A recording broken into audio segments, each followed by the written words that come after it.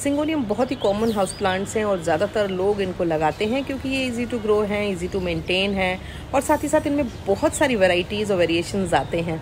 पर इनके संग एक जो प्रॉब्लम आती है वो आती है थोड़ी ग्रोथ के बाद इनकी लीव्स जो हैं वो कर्ल होने लगती हैं। मेरे एक सब्सक्राइबर हैं, उन्होंने मुझसे पूछा कि उनके सिंगोनियम्स की लीव्स कर्ल हो रही हैं, वो क्या करें, वो कैसे ठीक कर सकते हैं। मैंने उनको बोला कि कई कारण हो सकते हैं, इसलिए अच्छा ये होगा कि मैं इस पर एक वीडियो ही बना दूँ जिससे कि आप उन कारणों को आइडेंटिफाई कर पाएँ और फिर अपने प्लांट में आ रही उस प्रॉब्लम को दूर करें ताकि आपके प्लांट की लीव हेल्दी हो और आपका प्लांट देखने में खूबसूरत लगे। सबसे पहला जो कारण है सिंगोनियम्स में लीव कर्लिंग का वो है लो ह्यूमिडिटी से रिलेटेड। हम सभी को पता है कि सारे ट्रॉपिकल प्लांट्स की तरह सिंगोनियम्स भी हाई ह्यूमिड वातावरण को पसंद करते हैं, यानी कि उनके आसपास नमी का वातावरण होना चाहिए। इसका मतलब ये नहीं है कि आपको उनमें बहुत सारा पानी डालना होगा, उल्टे बहुत सारा पानी, हर समय पानी रहने से प्लांट खराब होने लगता है। हाई ह्यूमिडिटी का मतलब ये है कि या तो आप अपने प्लांट को कहीं किसी वाटर बॉडी के आसपास रखें या फिर आप उसको एक पेबल ट्रे में, यानी कि पेबल्स जिसमें पानी भरे हुए हैं उसके साथ रखें, और या फिर आप उसको मिस्ट करें कम से कम रोज एक बार गर्मियों में और हर अल्टरनेट डे सर्दियों में आफ्टरनून्स में। दूसरा जो सबसे बड़ा कारण है वो है न्यूट्रिएंट्स की कमी होना। स्टडीज़ में पाया गया है कि सिंगोनियम को 19 तरह के न्यूट्रिएंट्स की आवश्यकता होती है और हम अक्सर कई बार काउडंग कंपोस्ट, वर्मी कंपोस्ट या फिर कोई एनपीके जैसा केमिकल फर्टिलाइज़र डाल करके सोचते हैं कि हमने तो इनको न्यूट्रिशन प्रोवाइड कर दिया, पर ऐसा होता नहीं है। आपको जब अपने सिंगोनियम्स के लिए मिट्टी तैयार करनी है तो उसमें ज़रूर हर 6 महीने पे आपको इनको 1 चम्मच माइक्रो न्यूट्रिएंट पाउडर की फीड देनी चाहिए। इससे आपके प्लांट हेल्दी बने रहते हैं और उनमें लीव कर्लिंग की समस्या नहीं आती है। तीसरी जो सबसे बड़ी प्रॉब्लम आती है वो ये आती है कि टेम्परेचर की एक्सट्रीमिटीज़ की वजह से भी इनकी लीव कर्ल होने लगती हैं। सिंगोनियम एक ऐसा प्लांट है जो ट्रॉपिकल कंट्रीज़ में पाया जाता है और वहाँ पर टेम्परेचर साल भर एक जैसा रहता है, यानी कि टेम्परेचर का वेरिएशन नहीं होता है। जबकि हमारे यहाँ इंडिया में बहुत सारा, स्पेशली नॉर्थ इंडिया में टेम्परेचर का वेरिएशन बहुत है और जिसका ये प्लांट यूज टू नहीं होता है। अपने सिंगोनियम को गर्मियों में आपको हमेशा ऐसी जगह रखना है जहाँ पर कि उनको बहुत तीखी सनलाइट ना मिले, क्योंकि बहुत ज़्यादा तेज सनलाइट भी इनके शेप को, इनके खूबसूरती को, इनकी लीव्स की चमक को बिगाड़ देती है, इनके कलर्स को ख़राब करती है। और सर्दियों में भी आपको ये हमेशा ध्यान रखना होगा कि आप इनको ऐसी एरिया में ना रख दें जहाँ पर इनको प्रॉपर लाइट ही ना मिल पा रही हो। पानी की जो साइकिल होती है वो सर्दियों में अक्सर इरेगुलर हो जाती है, क्योंकि हमको ये लगता है कि हमारे जो परमानेंट प्लांट्स हैं उनको पानी की ज़रूरत उतनी ज़्यादा नहीं रह जाती है, तो हम ये वाटरिंग का जो क्वांटिटी होती है उसको रिड्यूस कर देते हैं। पर ये आपको ध्यान रखना है कि वाटरिंग की क्वांटिटी तो आपको रिड्यूस करनी है, पर वाटरिंग के टाइमिंग पे ध्यान देना है। आपको अपने सिंगोनियम्स को अर्ली मॉर्निंग या लेट इवनिंग में पानी नहीं देना है। सारे ही आपके जो ट्रॉपिकल प्लांट्स होंगे सर्दियों में उनको जब आप आफ्टरनून में अच्छी सी धूप खिली हुई हो तब उनको अच्छे से वाटरिंग करें। और जब हमारे यहाँ 15-20 दिन का बड़ा फॉगी सा मौसम हो जाता है, जबकि धूप नहीं होती है, बारिश भी होने लगती है विंटर्स में, ऐसे समय में आपको इनको इंतज़ार ये करना है कि जिस दिन खूब अच्छे से खुले और आपके पॉट पूरी तरह से पानी से सूख गए हों, उनमें नमी ना हो, तभी वाटरिंग करें। और इनको हो सके तो फ्रॉस्ट से बचाएं, क्योंकि फ्रॉस्ट जो होता है वो भी सिंगोनियम्स को ख़राब करता है और इसकी वजह से, ठंड की वजह से भी आपके सिंगोनियम की लीव्स जो हैं वो कर्ल होने लगती हैं। अगला कारण है लैक ऑफ लाइट। अगर आपका सिंगोनियम एक ऐसी जगह रखा हो जहां उसको प्रॉपर लाइट नहीं मिल रही है तो भी आपके सिंगोनियम में उतनी खूबसूरती नहीं आएगी जितनी कि आप एक्सपेक्ट करते हैं, क्योंकि हम ये मान के चलते हैं कि ये लो लाइट प्लांट है। सिंगोनियम एक लो लाइट प्लांट नहीं है।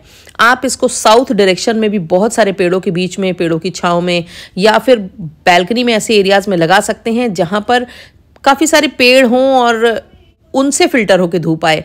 इसलिए आप ये समझ लीजिए कि इसका मतलब ये है कि इस प्लांट को धूप से ज़्यादा प्रॉब्लम नहीं है। गर्मियों में 2 बजे से लेकर के और 4 बजे तक की जो धूप है वो इनके लिए ज़रूर, अगर सीधी पड़ रही है तो ख़राब है। इसके अलावा इनको सनलाइट ठीक ठाक तादाद में चाहिए होती है और बहुत ज़्यादा दिनों तक अगर आप इनको सनलाइट नहीं सही से प्रोवाइड करेंगे तो भी इनकी लीव्स कर्ल होने लगती हैं।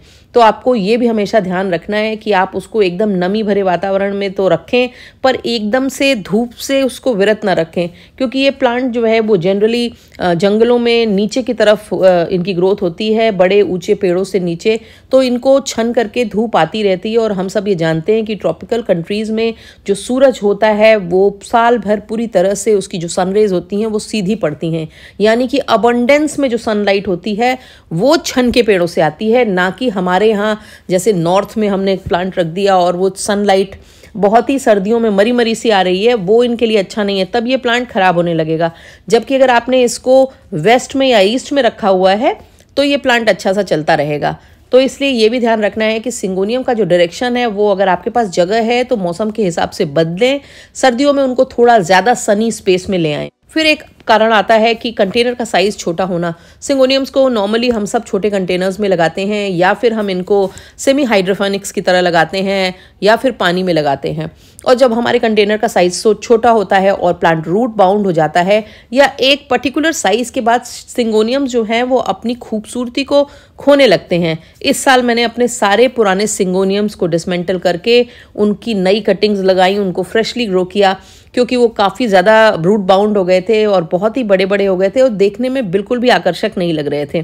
इसलिए सिंगोनियम के संग आपको ये ध्यान रखना है कि इनको कंटिन्यूअसली आप नए प्लांट प्रोपगेट करते रहें, स्टेम्स हैं वो ऊपर जाने लगें, क्योंकि जब इसकी स्टेम ऊपर की तरफ बढ़ने लगती हैं तो ये किसी बड़े पेड़ पर चढ़ करके तो हेल्दी बना रह सकता है, पर तब इसको मिट्टी से इतना न्यूट्रिएंट नहीं मिलता है। अदरवाइज अगर ये पेड़ों पर चढ़ जाता है तो ये उनसे एडिशनल न्यूट्रिएंट्स लेता रहता है और इसमें इसकी हेल्थ जो है वो मेंटेन रहती है। पर जब आपके यहाँ ऐसी सुविधा ना हो तो जब आपका सिंगोनियम अगर आप बड़ा करना चाहते हैं तो आप उसको किसी मॉस्टिक पे लगाएं। वैसे भी सिंगोनियम की सारी वैरायटी बड़ा करने के लिए अच्छी नहीं होती हैं।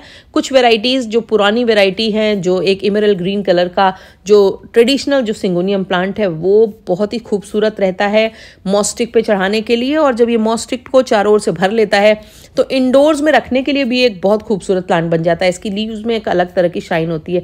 पर अभी जो तमाम हाइब्रिड वैरायटी टिश्यू कल्चर से डेवलप हुई वैरायटीज़ आ रही हैं, में बहुत सी ऐसी वैरायटी होती हैं जो नेचुरली छोटी होती हैं, नेचर वैरायटीज़ होती हैं।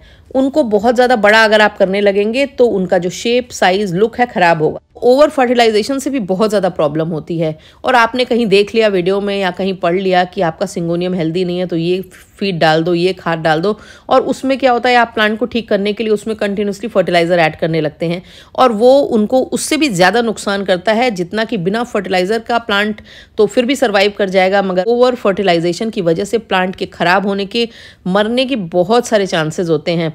इसलिए ये ध्यान रखें कि कम से बस साल में 4 बार इनको थोड़ी थोड़ी फीड दें।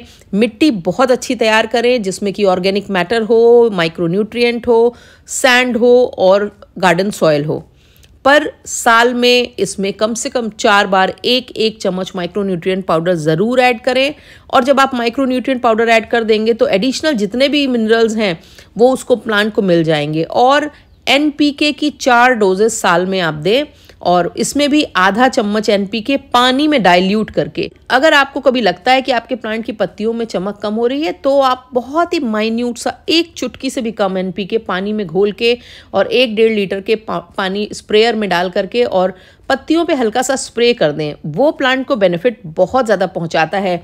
वैसे भी सिंगोनियम की लीव्स पे अगर आप मिस्टिंग करते रहते हैं कंटिन्यूअसली तो इसकी लीव्स बहुत सुंदर बनी रहती हैं और ये प्लांट बहुत सुंदर रहता है। वाटरिंग का जो स्केड्यूल है वो भी इन प्लांट्स में लीफ की कर्लिंग को इनवाइट करता है, क्योंकि अगर आपने या तो बहुत ज़्यादा पानी डालेंगे तो भी लीव सेंसिटिव हो जाती हैं और वो अपने आप को फोल्ड करने लगती हैं, और अगर आप बहुत कम पानी डालेंगे या पानी का जो रेगुलर रूटीन है उसकी जगह लंबे गैप्स होने लगेंगे तो भी कोपिंग मैकेनिज्म के तहत इसकी जो लीव्स होंगी उनकी शाइन कम होगी, उनमें मॉइस्चर कम होगा और वो कर्ल होने लगेंगी।